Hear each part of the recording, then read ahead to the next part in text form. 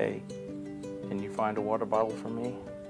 Something so simple.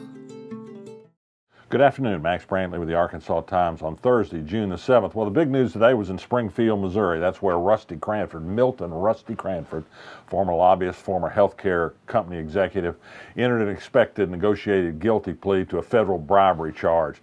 And it's a giant bribery charge, 43 pages detailing bribery and kickback involving Arkansas legislators in an effort to build business for his company, Preferred Family Health Care, which operates a variety of mental health and other health services operations around the state, financed with Medicaid money, some $380 million worth of Medicaid money over the last 5 or 6 years.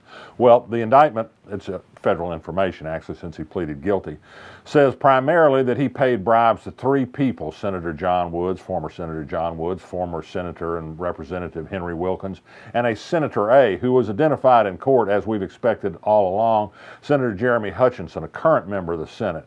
But there's some more information about Hutchinson's involvement. It says that he received something like $500,000 in the form of cash, wire transfers, retainer fees, and attorney fees from Cranford in return for doing his work for him in the state legislature.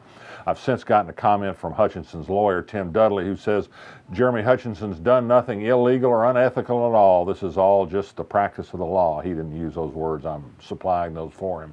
We shall see. No other charges have been filed against anybody else. The charges mention another healthcare agency as being part of the scheme down in South Arkansas, mentions another former legislator who went to work for Preferred Family Health Care. Clearly, the information is aimed at getting the Cranford to cooperate against some top executives of that company who are from Missouri. They're no longer the top executives. However, that company still does business in Arkansas thanks to the influence peddling that was done years ago. I think, again, Arkansas needs to take a look at continuing to do business with a company that made so much money they were able to pay millions of dollars in bribes and kickbacks. Cranford is agreed to a judgment of $3.7 million for the federal money that he misspent in the course of his illegal behavior. He could be sentenced to up to 10 years. Well, there was another big story in Little Rock today, and that was the Arkansas Supreme Court hearing the appeal of Judge Wendell Griffin's decision throwing out the the permit awards to 5 companies to grow medical marijuana in Arkansas. He said the process was flawed and that there were conflicts of interest. Well, attorneys for the state and others said today that the judgment by Griffin should be overturned. The key argument seemed to be is that this wasn't a matter that a court had the ability to review in Arkansas, that there hadn't been a final adjudication and that judges can't review administrative actions in Arkansas. Some disagreement on that, but a lot of members of the Supreme Court seem to agree with that argument. They like to reverse Wendell Griffin. If I were to guess, I would guess he might get reversed this time. That doesn't mean the plaintiff in this case won't continue to go back to the commission and say there's been so much information developed about corruption, fraud, and flaws in the process that the whole process should be reopened. I think you can make a strong argument for that if there's to be faith in this. There were some members of the commission that clearly had ties to people that they scored. There's evidence that the scoring wasn't truly blind. They certainly overlooked some key points about financial qualifications. It's a mess. It's not something to inspire confidence, whatever happens. But in the meanwhile, no medical marijuana in Arkansas just yet. The State Highway and Transportation Department says that it's just about to finish the environmental assessment, not an assessment, but it's not an impact statement, but something a little bit less than that, on the proposal to widen Interstate 30 through the heart of Little Rock to some 10 lanes or more, make a giant concrete ditch to further destroy the quality of life in downtown Little Rock. The business community, particularly highway contractors, are behind this, what will be eventually a $1 billion program. Community activists don't like it very much. This much is clear. The plan will go out for comments next week. I expect a lot of them will be critical. I expect the highway department to ignore them as they usually do. They don't seem to think we're going to do anything but build freeways in Arkansas in the years going. They haven't heard about autonomous cars and electricity cars and a lot of other things that are changing the way other people transport people, but Arkansas is different, of course. We usually are. But this is going to happen. There will be a lawsuit challenging this plan, so we're a few years away from tearing up Interstate 30 just yet. Prosecuting attorney Larry Jegley of Little Rock told the Arkansas Supreme Court this morning that he absolutely objects to a plan cooked up by the circuit judges in Pulaski County to work around a real problem in the drug court. There hadn't been a truly wholly functioning drug court in Pulaski County for 14 months. Jegley won't send cases to Mary McGowan's drug court.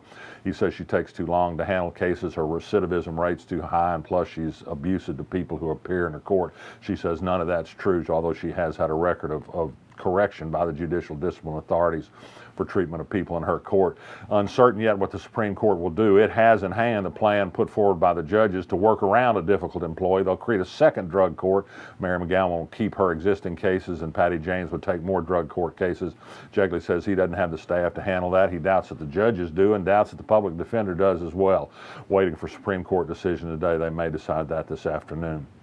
If you've read anything about the case in which the Arkansas teacher retirement system has gotten caught up in a controversy in Massachusetts, here's more on that case. This is a case where they were a lead plaintiff in a class action lawsuit over improper fees by an investment firm. They won a $300 million settlement, $75 million in lawyers' fees. What's happened and controversial is that apparently Arkansas officials some years ago set up another company, another law firm, to get a referral fee out of this case, an amount we don't yet know, from the lead law firm in the case. And a judge has questioned whether Arkansas, given that involvement, and some questions about whether referral fee is a good practice, perhaps shouldn't continue to be the lead plaintiff. The board of the Arkansas teacher retirement system said earlier this week that perhaps George Hopkins, the director of the system, should no longer represent the lead plaintiffs in the lawsuit. But he decided no, they've done nothing wrong. They have nothing to apologize for. He knows the case and he's staying in. He told the federal court in a filing yesterday about that. Well, they had a pep rally at noon today for the Arkansas Repertory Theater, which has closed its ongoing operations because it's taking in less money and spending more than it has in years past. The future's uncertain. They're talking about, quote, reimagining, unquote, the rep. Today, about the only thing they had to say, except for good words about something that a lot of people treasure, is, well, they are going to stage the Bar Association's Gridiron there this summer.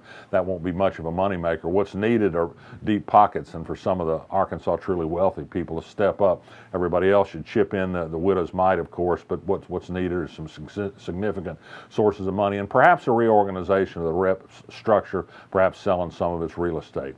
And what would a day be without a word on Donald Trump? I was interested to read before I came to film this today that Donald Trump said he's ready for the North Korean summit, doesn't really need to prepare for it. He says getting prepared for a North Korean summit over nuclear arms doesn't require a lot of preparation time. It's just all about attitude. That's what I always said before my organic chemistry test, too. It didn't work very well. Being confident about it didn't hold a candle to actually opening the book and studying it. Resist. I'm Max Brantley. I'll be back tomorrow.